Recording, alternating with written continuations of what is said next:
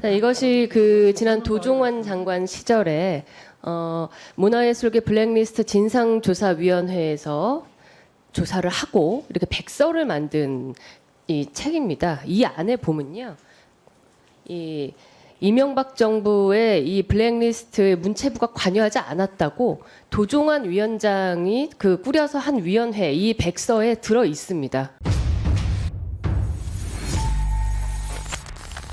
후보자께서 앞서 뭐 블랙리스트 관련해서 많은 질의 받으셨는데요. 다시 한번 제가 확인을 하겠습니다. 장관 재직 당시 이 해당 문건에 관해서 직보를 받거나 확인한 사실이 없으시지요? 네, 그렇습니다. 예, 이 뭐 오늘 아침에 블랙리스트 직보받은 정황 나와 이런 기사도 나왔는데요. 여기에 대한 간단한 입장을 다시 한번 정리해 주시겠습니까? 저는 저도 오늘 아침에 그걸 봤습니다만은 아마 글쎄요, 그게 어디 국정원에서 만들어졌다 이렇게 얘기를 하는데 저희들 자체가 확인한 적이 실체를 본 적이 없으시죠? 없어서. 예. 실제 저희도 그 해당 그 문건이라는 것을 본 위원들도 굉장히 여러 차례 네. 탐독을 했습니다. 이게 그 신뢰성이 있는 문건인지. 그러나 출처 불명인데다가 그 문건상의 내용 자체도 이를테면 장관 재직 당시 어떤 그 문학의 블랙리스트를 추진하기 위해 무슨 조직을 해서 해야 한다.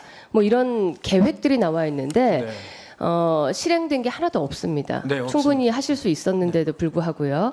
그러니까 그 문서 자체의 신뢰성이 아예 없다는 거를 오히려 방증하는 사실입니다. 네. 이후 저희 그 질의 과정에서도 또다시 이런 문제 제기되면 정확하게 그 내용을 좀 밝혀주시면 좋겠고요. 네. 저는 그 오후 질의에 다시 한번 자세히 질의를 드리겠지만 지금 장관께서도 그 YTN 영상에서 XX 이거 그 전혀 말씀하신 바가 없는데 XX 이렇게 붙어서 마치 욕설을 한 것처럼 뉴스가 나가지 않았습니까? 뭐 그 당시에도 그렇지 않다고 여러 번 제가 말씀을 드려도 계속 XX로 나갔기 때문에 네. 뭐 그걸 그 제가 어떻게 음성을 들은 분들은 욕설을 하지 않은 것을 충분히 확인할 수 있습니다. 네. 그럼에도 불구하고 그 자막에 XX 이렇게 나갔기 때문에 마치 욕설을 한 것처럼 인식하게끔 했는데요. 뭐 이런 사소한 개인에 대한 어떤 인신공격성의 가짜 뉴스에서 비롯돼서 최근에는 대선 결과를 심각하게 뒤집을 수 있는 국민들을 호도할 수 있는 가짜 뉴스가 또 이렇게 진실이 파헤쳐지면서 국민들이 굉장히 충격을 받으셨어요. 물론 그 이동관 신임 방통위원장이 이 문제에 관해서 원 스트라이크 아웃제를 도입해서 언론의 책임을 방기하고 가짜 뉴스로 국민을 호도하는 문제에 관해서는 엄단하겠다라고 입장을 밝히기도 했는데요. 문체부에서도 저희가 TF를 만들기도 했지만 언론진흥재단 관련해서 이 언론의 일부분 그 문체부에서 관장을 하고 있습니다. 네. 가짜 뉴스에 관해서 굉장히 심각한 국민들에게 폐해를 만들고 있거든요. 이 부분에 관해서 어떻게 조치할지에 관한 보관이 있으십니까? 가짜 뉴스는 사실은 여야의 문제도 아니고 뭐 좌우의 문제도 아닙니다. 네. 이것은 자유민주주의를 파괴하는 아주 나쁜 행위라고 생각하고요. 저희 문체부 입장에서도 절대 근절되도록 저희가 갖고 있는 뭐 신문법이나 언론중재법 이런 법을 다시 정비하고 뭐 이런 과정을 통해서 엄격하게 잘 관리하도록 해보겠습니다.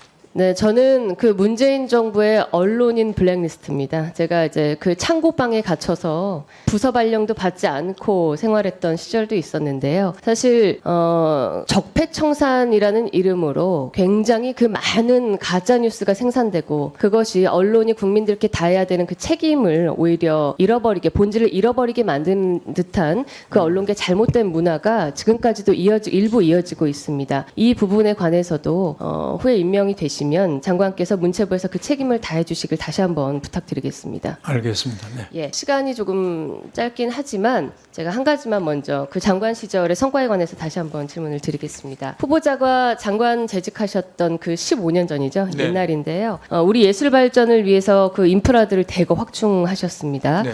지금 저희가 굉장히 많이 가서 즐기고 있는 국립현대미술관 서울관, 국립 새로 지으셨고요. 그리고 국립한글박물관, 대한민국 역사박물관, 국립아시아문화전당 등 여러 가지 박물관과 그 예술관을 아주 중점적으로 정책으로 추진하셨어요. 이유가 따로 있으셨나요? 우선 당시에는 인프라가 굉장히 부족했고요. 예. 특히 또 공연 쪽으로는 그 서계동의 백성희 장민호 극장 이름 지은 그 공연센터 지금 마련했고요.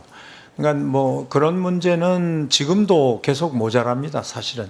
왜냐하면 수요가 점점 많이 늘어나고 있고 종목이 다변화돼 있고 그래서 이제는 점점 전문화되는 추세라 앞으로 아마 이런 부분은 더 계속 확장이 돼야 될 거라고 생각합니다. 네, 아마 국민들께서도 지금 저희가 그냥 이렇게 주말이면 손쉽게 가는 이런 박물관들이 아마 후보자가 재직 시절에 결정하고 만들었다고 기억을 못 하실 겁니다. 당시는 이런 그러니까 하드웨어를 만드는데 이제 중점적으로 힘을 쏟으셨는데요. 장관에 임명되면 저희가 이제 K 컨텐츠의 위상이 또 남달리 달라지지 않았습니까? 그렇습니다. 지금 말씀하신 바대로 굉장히 지금 문화 향유하는 수요는 크지만 늘 부족하다라고 하시는데요. 이런 박물관 또 예술관 건립에 이어서 후에 저희가 그 소프트웨어로서 더 향유할 수 있는 어떤 정책을 고민한 게 있으실까요?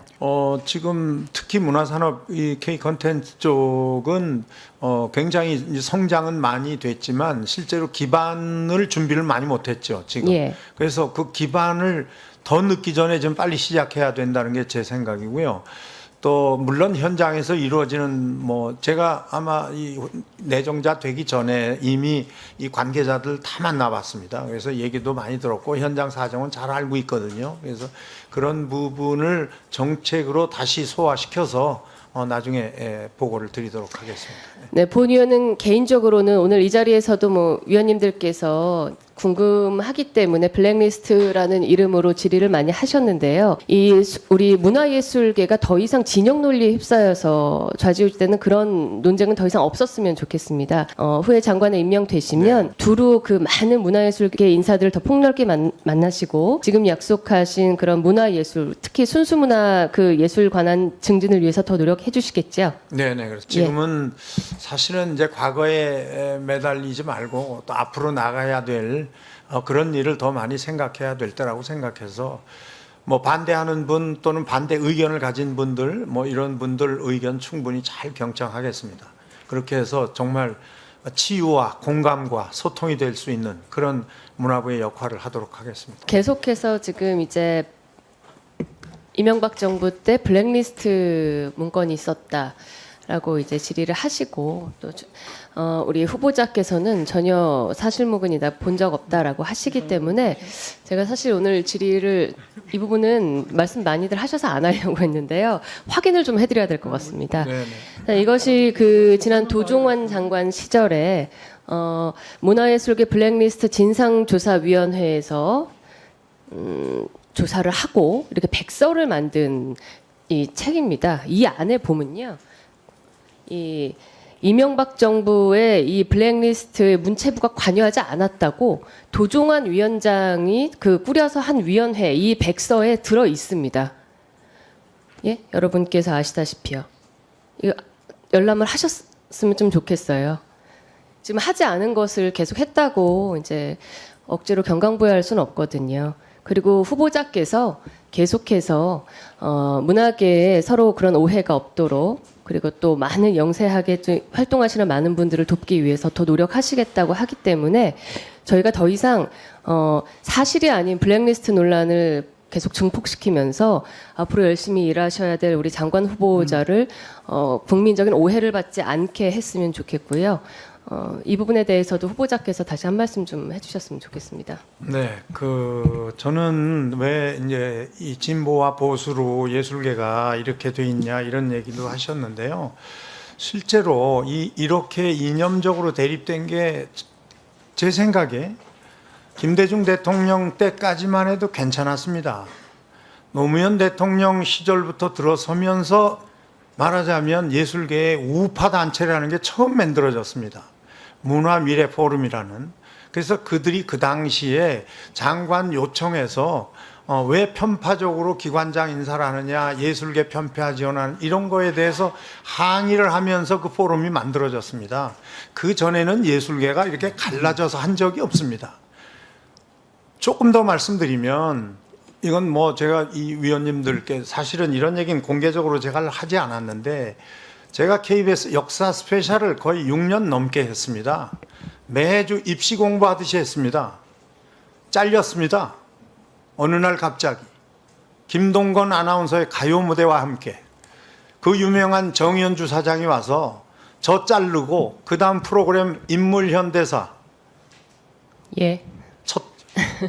더 이상 얘기 안 예. 하겠습니다. 그 개인적인 왜 네. 보수 정부는 가해자라고 늘 얘기하시고 나머지는 피해자처럼 얘기하는지 전 이유를 모르겠어요. 그 부분에 대해서 적극 동의합니다. 훨씬 지독하게 했습니다.